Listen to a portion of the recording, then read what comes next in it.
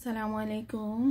আমি home maker Munna ব্লগসের Munni আজও হাজির হয়ে গেলাম নতুন আরেকটা ভিডিও নিয়ে। আশা করছি কাছে দূরের দেশ বিদেশ যে যেখান থেকে আমার এই ভিডিও দেখছেন বা দেখবেন সবাই ভালো আছেন। আমরা আলহামদুলিল্লাহ ভালো আছি। পবিত্র মাহে রমজানের দেখতে দেখতে 2টা রোজা কিন্তু আমরা পার করে ফেলেছি। আল্লাহ যেন সামনের রোজাগুলো এভাবে পার করার তৌফিক দান করেন সেই কামনা ব্যক্ত করে আমি শুরু করে দিলাম। তো এটা হচ্ছে গিয়ে গতকালের ভিডিওর শেষের অংশ, মানে গতকাল যেখানে শেষ করেছিলাম আজ সেখানে শুরু করলাম। তো দেখতে পেলেন ঘড়িতে 5টার বেশি বেজে গিয়েছে। তো আসলে অলসতা একটু গেড়ে বসেছি আর কি। যখন বিছানায় গেলাম মনে হচ্ছিল যেন আর উঠতে ইচ্ছে করতেছিল না। তো পরে তো চলে আসলাম নামাজটা আদায় করে।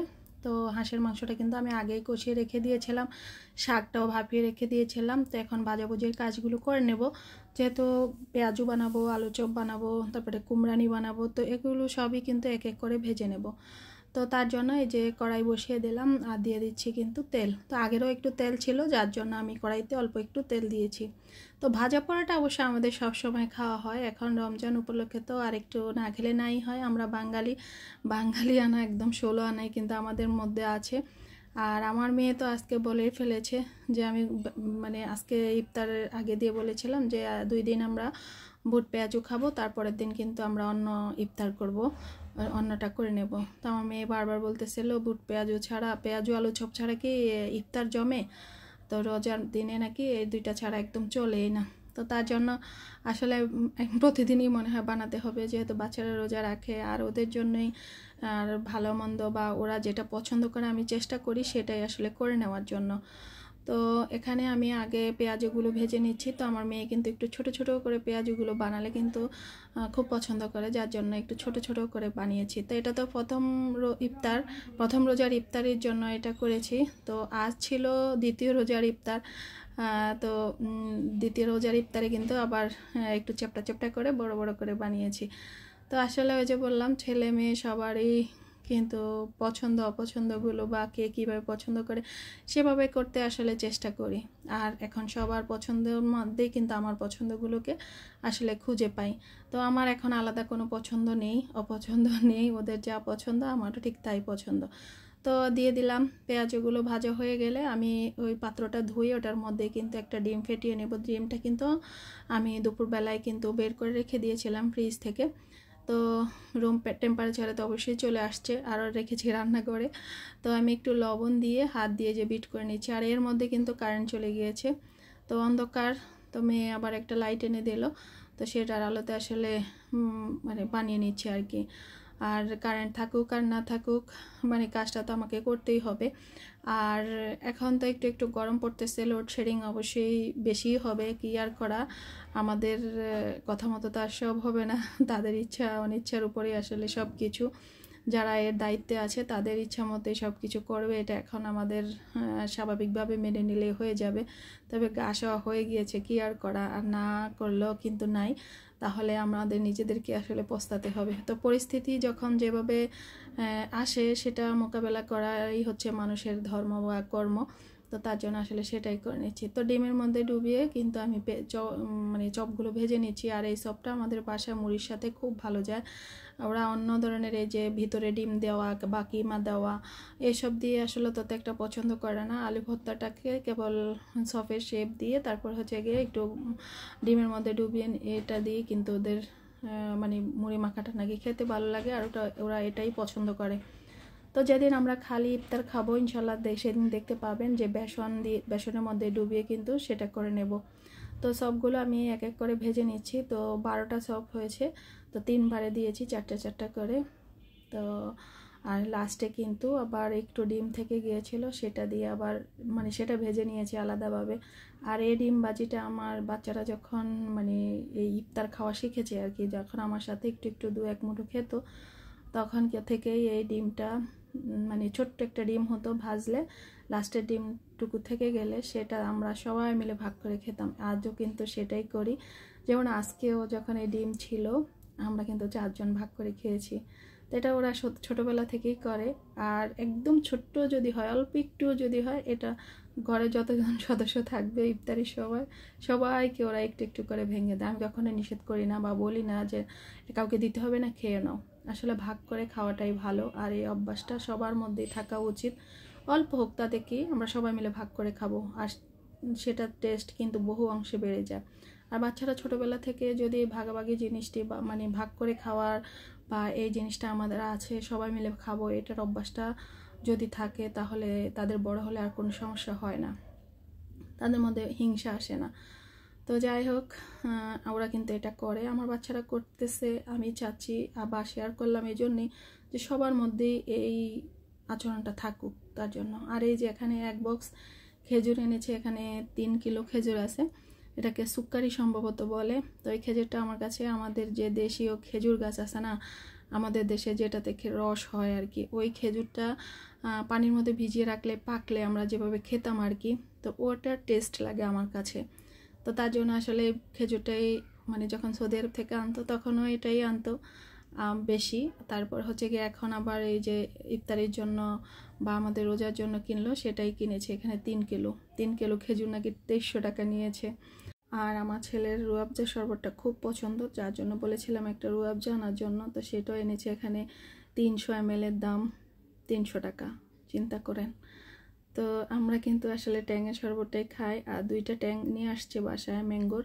তো সেটার সাথে এই যে চিয়া সিডস, তারপর হচ্ছে গিয়ে ইসবগুলের ভুসি মিশিয়ে নিয়েছি। তো এখানে বড় একটা মগে 1 মগ শরবত বানিয়েছি। তো একটাই শরবত বানালাম, বেশি পানি খেলে বা বেশি শরবত ইফতারিতে খেলে খাবারটা খেতে পারে না, আর এইভাবে কিন্তু গ্যাস জমে যায়। তো যার জন্য একটা শরবতই কিন্তু বানিয়ে নিলাম। তাই তো আজানও পড়ে গিয়েছে, আমরা কিন্তু খেজুর খেয়ে নিয়েছি, তারপরে যে শরবতটাও খেয়ে নিচ্ছিলাম। আর আমাদের এই তরমুজ ছিল, তরমুজটাও খান সাহেবে কেটে নিয়েছেন, সেটার ঝামেলা আর আসলে আমার থাকে না, ফল ফ্রুট যাই আনে উনি কিন্তু এটা কেটে নেয়। তো বাবা মেয়ে মিলে টেবিলটা গুছিয়ে নিয়েছিল। তো আমার পরে আর একটু শরবত খেতে ইচ্ছে করতেছিল, তো আমি 1 গ্লাস খেয়ে তারপরে কুমড়ানি খেয়ে নিচ্ছি, তারপরে পেঁয়াজু চপ, তারপরে হচ্ছে দিয়ে গিয়ে মুড়ি দিয়ে আমরা আবার মাখিয়ে খেয়ে নেবো। আর খিরাই কিন্তু কুচি কুচি করে কেটে নিয়েছি, উপর থেকে মুড়িটাও দিয়ে দেবো। তো এভাবে কিন্তু আমরা মুড়ি মেখা খেতে মানে পছন্দ করি আর কি। আর এই যে দেখেন কুমড়ানিগুলো খেতে কিন্তু খুব মজা হয়েছিল, আর বেসনটা তো আমি নিজেই ঘরে তৈরি করেছিলাম, খুব মুচমুচে হয়েছিল। তারপরে এই যে মুড়ি নিয়ে নিলাম, আর খান সাহেবের জন্য আসলে পুরোটা মাখি নাই, উনি আবার একদম পুতিয়ে গেলে যে মুড়ির একটা গন্ধ আসে, উনি আবার খেতে পারেন না। তো ওনার জন্য এক সাইডে আবার এভাবে রাখলাম, ওনাকে বললাম আলাদা দেওয়ার জন্য, সেটাতে উনি রাজি হচ্ছেন না, বললো যে বাচ্চাদের সাথে আমরা এক প্লেটে খাবো। তো কি আর করা, এইভাবে আসলে ম্যানেজ করে খেয়ে নিচ্ছি আর কি। তো আমাদের কাছে কিন্তু ওইভাবেই খেতে ভালো লাগে, আমরা কিন্তু আলাদা আলাদা প্লেটে আসলে খাই না, এভাবে একটা প্লেটে করে নিয়ে খেয়ে নিই। আমার ভাই থাকলেও কিন্তু ওইটাই করে নিই। তারপরে এই যে সন্ধ্যার পরে মানে ইফতার খেলাম, রেস্ট নিলাম, তারপরে আবার চলে গেলাম রান্নাঘরে। তো একটু ছোলা বুট থেকে গিয়েছিল, তারপরে একটু খিরাইও কাটা ছিল, তারপর হচ্ছে গিয়ে কুমড়ানি একটু রেখে দিয়েছি। আর এই যে একটু থালা প্লেট, আমি অবশ্য ইফতার যখন বানিয়েছিলাম তখন যা যা হয়েছিল সেটা কিন্তু সাথে আমি ধুয়ে নিয়েছিলাম। তো নামাজ তো পড়তে হবে, আর তারাবির নামাজ তো সহ ঈশা নামাজ অনেকটা টাইম লাগে। তো তার জন্য আমি আগে চলে আসছি রান্না করে। ওনারা আবার আজান পড়েছে, ওনারা মানে বাপ বেটা মসজিদে চলে গিয়েছে, মেয়ে পড়তেছে। তো মেয়ের পড়া শেষ হলে আমি আর মেয়ে একসাথে নামাজ আদায় করে নেব। আর এদিকে শাকটাতেও ফোড়ন দিয়ে নিলাম, লাউয়ের শাক, লাউ দিয়ে সিম দিয়ে শাকটা ভাজি করে নিয়েছিলাম। আর হচ্ছে গিয়ে হাঁসের মাংসটা তো আগে কষিয়ে নিয়েছি, তারপর আর একটু কষিয়ে নিয়ে আমি আলু দিয়ে দেব, তারপর হচ্ছে গিয়ে ঝোলের পানি একটু দিব, দিয়ে মাখো হয়ে গেলে নামিয়ে নেব। আর এই শাকটা আসলে ভাপানোর সময় আমি শাকটা মেলে দিতে পারি নাই, কারণ ওই যে এক চুলায় এটা করতেছিলাম, আর অন্য চুলায় মানে অন্য হাতে কিন্তু আবার মানে এটা চুলার উপর বসে রেখে আমি কিন্তু আবার নিচে বসে কাটাকুটি কাজগুলো করেছিলাম। তার জন্য আসলে 7-8টার সাথে ভালোভাবে নাড়তে পারিনি, এই জন্য একটু শাকগুলো দলা পাকিয়ে গিয়েছিল, সেটা আবার আমি খুন্তি দিয়ে ভেঙে দিয়েছি। তো মাংসটা কিন্তু সেদ্ধ হয়ে গিয়েছে, একটু দেখলাম। তারপরে এবার আলুটা দিয়ে দেবো, আর আলু না দিলে তো একদম নাই হয়। আর খুব টেস্টি হয়েছিল, বিশ্বাস করেন, হাঁসের মাংসটা। তো আমরা তো সেহরিতে এটা দিয়ে খাবারটা খেয়েছিলাম, তারপরেও কিন্তু একটু থেকে গিয়েছে হাড্ডি গুড্ডি, তো খুব মজা হয়েছিল। তো আলু কিন্তু বেশি দিচ্ছি, কারণ আলুটা আমাদের বাসায় একটু খাওয়া বেশি হয় আর কি। যারা আমার রেগুলার ভিডিও দেখেন তারা তো জানেনই আমরা একটু আলু বেশি খাই।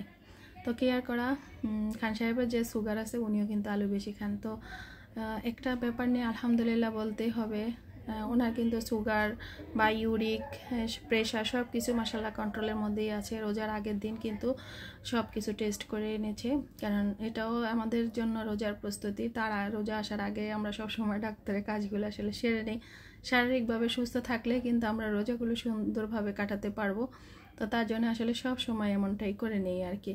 তো এবছর অবশ্যই আমি আর যাই নাই, আমাকে বলেছিল ডক্টরের কাছে যাওয়ার জন্য আমার কিছু চেক আপের জন্য। তো পরে আর আমি যাই নাই, উনি গিয়েছিলেন। ওনার আলহামদুলিল্লাহ সব কিছু ভালো রিপোর্টে আসছে, তো ওনার কোনো সমস্যা নেই। তো ওনাকে বললাম এটার ক্রেডিট কিন্তু আমি, একজন গৃহিণী যদি ঘরে ভালো থাকে তাহলে রোগ বালাই কিন্তু ঘরে কন্ট্রোলেই থাকে।